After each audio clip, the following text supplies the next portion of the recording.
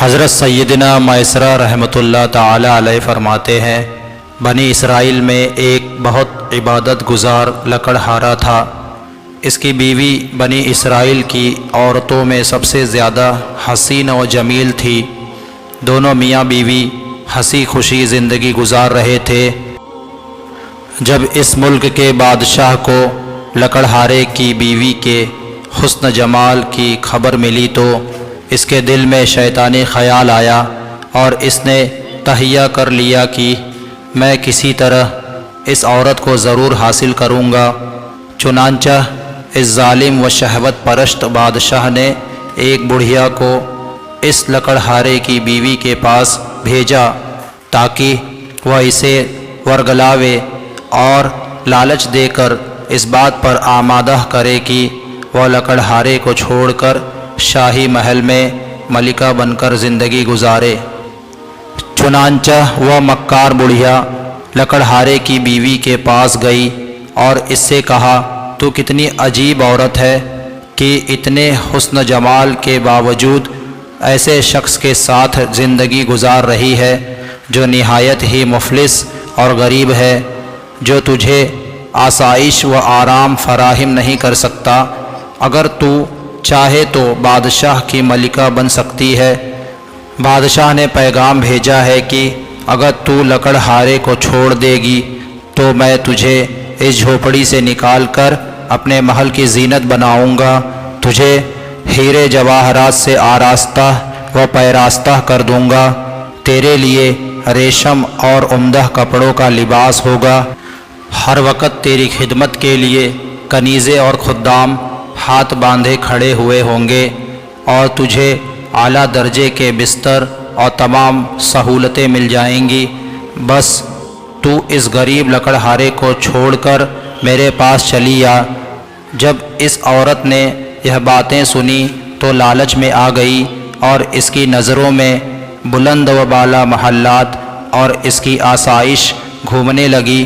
چنانچہ اس نے لکڑہارے سے بے رخی اختیار کر لی اور ہر وقت اس سے ناراض رہنے لگی۔ جب اس نیک شخص نے محسوس کیا کہ یہ مجھ سے بے رخی اختیار کر رہی ہے تو اس نے پوچھا، اے اللہ عز و جل کی بندی، تم نے یہ رویہ کیوں اختیار کر لیا ہے؟ یہ سن کر اس لالچی عورت نے مزید سخت رویہ اختیار کر لیا۔ بالآخر لکڑہارے نے مجبوراً اس حسین و جمیل بے وفا لالچی عورت کو طلاق دے دی۔ وہ خوشی خوشی بادشاہ کے پاس پہنچی۔ بادشاہ اسے دیکھ کر پھولا نہ سمایا، اس نے فوراً اس سے شادی کر لی۔ بڑی دھوم دھام سے جشن منایا گیا۔ پھر جب بادشاہ اپنی نئی دلہن کے پاس حجرہ عروسی میں پہنچا اور پردہ ہٹایا تو یکدم بادشاہ بھی اندھا ہو گیا اور وہ عورت بھی اندھی ہو گئی۔ نہ تو وہ عورت اس بادشاہ کو دیکھ سکی، نہ ہی بادشاہ اس لالچی و بے وفا عورت کے حسن جمال کا جلوہ دیکھ سکا۔ پھر بادشاہ نے اپنی دلہن کی طرف ہاتھ بڑھایا تاکہ اسے چھو سکے، لیکن اس کا ہاتھ خشک ہو گیا۔ پھر اس عورت نے بادشاہ کو چھونا چاہا تو اس کے ہاتھ بھی خشک ہو گئے۔ جب انہوں نے ایک دوسرے سے بات کرنا چاہی تو دونوں ہی بہرے اور گونگے ہو گئے اور ان کی شہوت بالکل ختم ہو گئی۔ اب وہ دونوں بہت پریشان ہوئے۔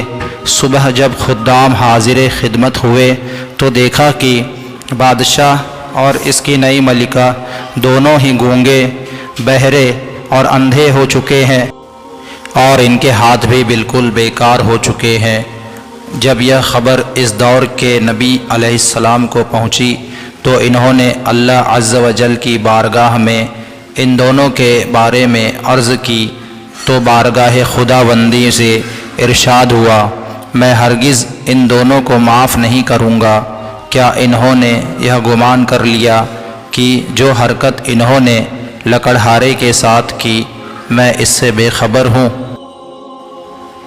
اے ہمارے رب، ہمیں اپنے عذاب سے محفوظ رکھ اور ہمیں دنیا اور عورت کے فتنے سے محفوظ رکھ۔